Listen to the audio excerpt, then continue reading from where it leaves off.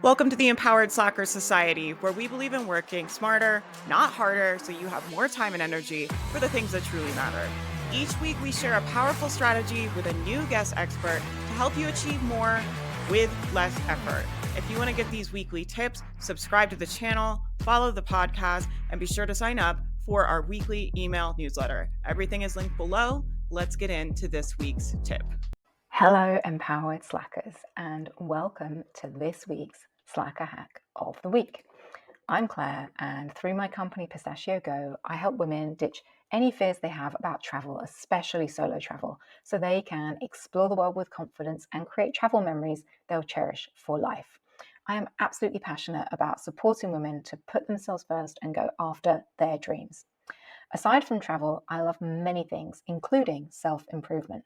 After all, to comfortably explore the world, you need to have at least some time, enough funds, and good enough health. So therefore, my hack of the week is incrementally better choices, how small steps lead to big wins. And why have I chosen this hack to share with you? Well, because whether or not travel is one of your goals, we all have something we want to change or improve in our lives. And I see so many people struggle to make that change, struggle unnecessarily. They don't set themselves up for success. They make change harder than it needs to be. And then, as a result, they feel like they've failed. I've been using the technique of incrementally better choices for at least a decade. And as you'll see, it served me and continues to serve me pretty well. So by sharing this hack, I want to show you too how to make change easy so that success can come easily too. But why is change so hard in the first place? Well, you've probably heard, and it's true, that our willpower is limited. So relying on willpower is not a good strategy at all. And so many of us, we're spinning a lot of plates in life these days, making it difficult to be as structured, organized, and disciplined as would be ideal, especially when it comes to leveling up our habits. And so we end up setting ourselves pass or fail goals. We try and change too much at once and in too short of a time frame. Ultimately, we swing the pendulum too far. We try to go straight from 0 to 100, when our first step should be 0 to 1. But the good news is there is another way. Change can be much easier. So we think about progress and success as linear, but the reality is progress has many forms. It can look like an up and down pattern. It can look like detours. It can look like completely chaotic moments. You name it. And all of this is progress. As long as you don't permanently lose sight of the goal that you're working towards, every step counts, whatever the direction. Additionally, we tend to set ourselves multiple goals at the same time. Think about the process of setting New Year's resolutions, for example. We talk about New Year's resolutions, not New Year's resolution. So instead of trying to eat the elephant and change everything at once, pick just one thing you want to change so you can really focus on that and invest all of your limited willpower into achieving that goal. We also tend to try and take giant steps forward, but the reality is the smaller you can make the step, the easier it will be to take, and therefore the next step will be easier too, and the step after that. So look at these two ladders and this lovely lady trying to decide which of the two to climb. Which one do you think is going to be easier for her to get up? Which one is going to take less energy with each step? And even though there are more steps on the ladder, which one is she going to be able to climb the fastest and have the most energy left once she reaches the top in order to move on to a different ladder once she gets there? I think you get the point that I'm making. Lastly, we tend to be very tough on ourselves. We are not good at recognizing and celebrating our steps forward, and instead we're very good at berating ourselves for our failures and our misses. Can anyone relate to that? I know I can. In life, though, accomplishments come not from the giant steps forward, but from the 1% improvements, from the things that we do consistently, from the practice that we put in. With very few exceptions, nobody gets in a car for the first time and immediately knows how to drive like a pro, nor sit down at a piano and play a symphony. You don't cook chef quality, nutritionally balanced meals right out of the gate. You have to practice, you have to improve step by step. So instead of focusing on the gap between where you are now and what the ideal state looks like, focus on what a 1% improvement from your current state looks like. And once you've made that 1% improvement, focus on the next 1% and the next and the next. Those 1% soon add up. But you don't have to take my word for this. Here are 3 gurus in the world of coaching, success, and self-development, and what they have to say on this topic. First, Stephen Bartlett. He says that success is the sum of small efforts repeated day in and day out. Tony Robbins advocates that for changes to be of any true value, they've got to be lasting and consistent. And Faith Mariah reminds us that little things over time add up. These people are all in your corner and rooting for you, and so am I. So let me just quickly share a few examples of how I've implemented this idea of incrementally better choices in my life. I think it will help make this more tangible and get you thinking about the first area that you might want to apply it to. So I used to absolutely hate running, absolutely hate it. One day I was in a hotel in the gym in Nashville, and the only thing available was a treadmill. Instead of not doing a workout, I got on the treadmill just for 5 minutes, and from there gradually built up minute by minute, and now I've run a dozen half marathons. I really wanted to go to Disney, but I didn't have the money. I figured out a way to save $5 a day in order to be able to afford to take the trip, just cutting a little here, cutting a little there. I broke the giant goal down into small steps. I'm someone that loves wine, but sometimes I can be in the habit of drinking it just out of habit rather than mindfully.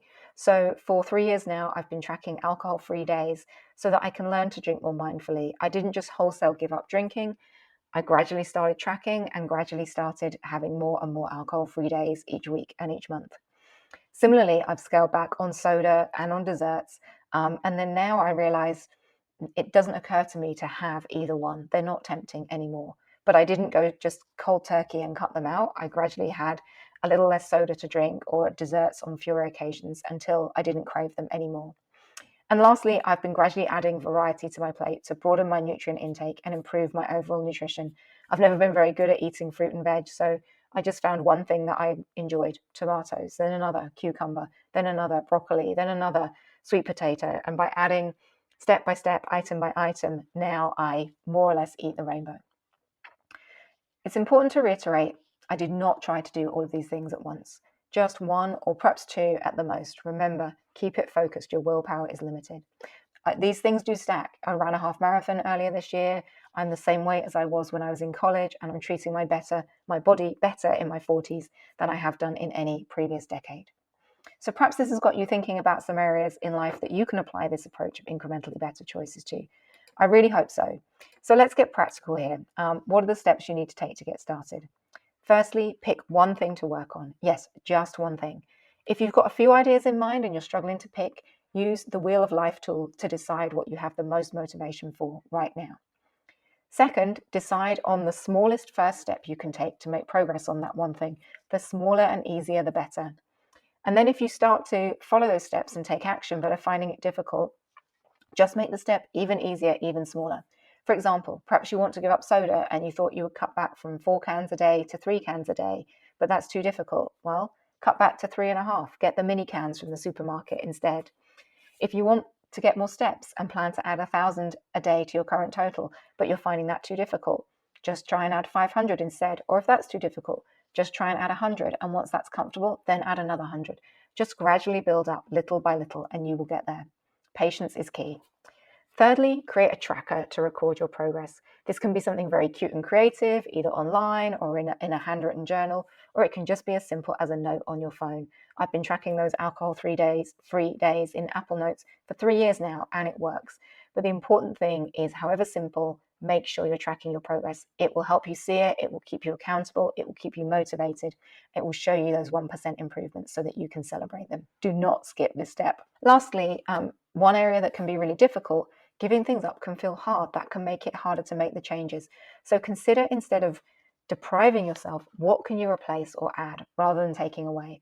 Instead of smoking a cigarette, suck a lollipop, for example. That's a replacement.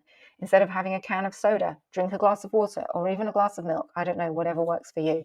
Instead of halving your portion of pasta and feeling hungry, add some veggies or protein to your plate, and then you'll naturally feel full and you'll leave half of the plate of pasta anyway. So that's it. Just 4 steps. Really simple, huh?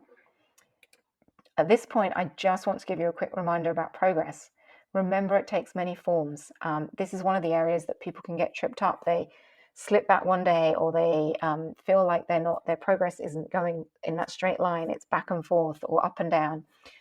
Very rarely is it going to be in that straight line. Rome wasn't built in a day. So if your progress isn't linear, just be kind to yourself. Take it by day, step by step, 1% by 1%.